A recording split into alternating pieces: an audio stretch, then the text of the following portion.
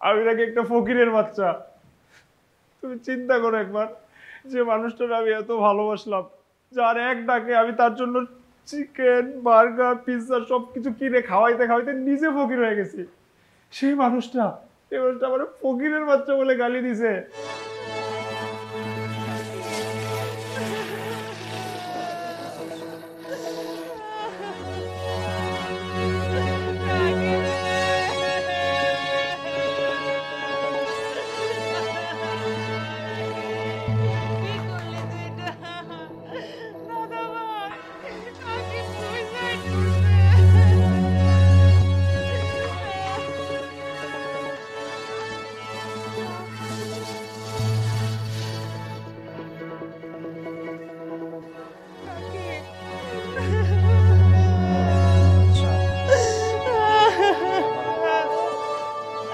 রাকিব রে,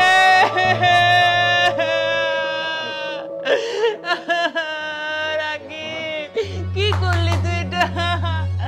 দাদা ভাই রাকিব সুইসাইড করছে।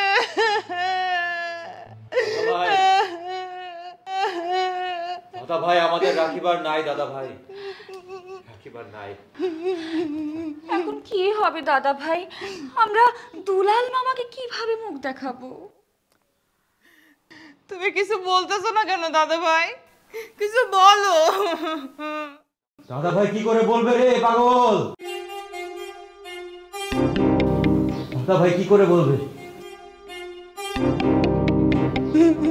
ওনার তো মৌনব্রত।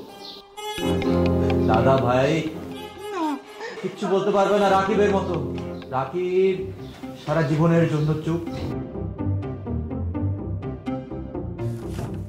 দাদা ভাই, দাদা ভাই, দাদা ভাই, সেটা খুলে ঢুকলাম, কিন্তু আমি জানি তুমি মৌনব্রততে আছো, কিন্তু আমি আর পারতেছি না। আমি ভিতরে আসলাম। দাদা ভাই,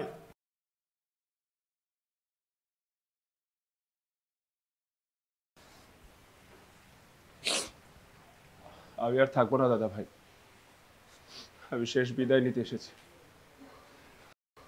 তোমাকে শেষবার মতো না দেখলে মনে শান্তি পাচ্ছিলাম না। এই দুনিয়ায় আমি আর থাকতেই চাই না। আমি এখন ছাদে যাব, ছাদ থেকে একটা লাফ দিব।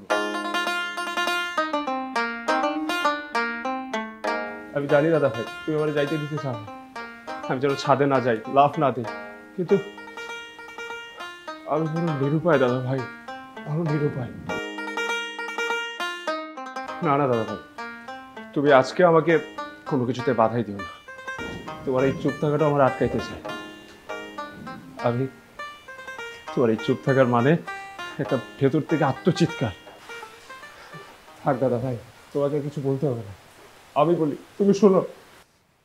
টিঙ্কু টিঙ্কু আমাকে বলছে আমি নাকি একটা ফকিরের বাচ্চা। তুমি চিন্তা করো একবার, যে মানুষটার আমি এত ভালোবাসলাম, যার এক ডাকে আমি তার জন্য চিকেন বার্গার পিৎজা সবকিছু কিনে খাওয়াইতে খাওয়াইতে নিজে ফকির হয়ে গেছি। সেই মানুষটা আমার ফকিরের বাচ্চা বলে গালি দিছে। দাদা ভাই, আমি এখন গিয়ে সুইসাইড করব। তোমার পারমিশন ছাড়া তো আমি আর এটা করতে পারি না। আর একটা জিনিস দাদা ভাই, তুমি আমাকে একটা সাজেশন দাও, মানে ছাদ থেকে কিভাবে লাফটা দিলে মানে মৃত্যুটা কনফার্ম হবে, বুঝছো? আমি সত্যি সত্যি মরতে চাই দাদা ভাই। এই দুনিয়ায় আমার কেউ নাই, কেউ আমার পাত্তা দেয় না। ওকে ব্রো, থাকো।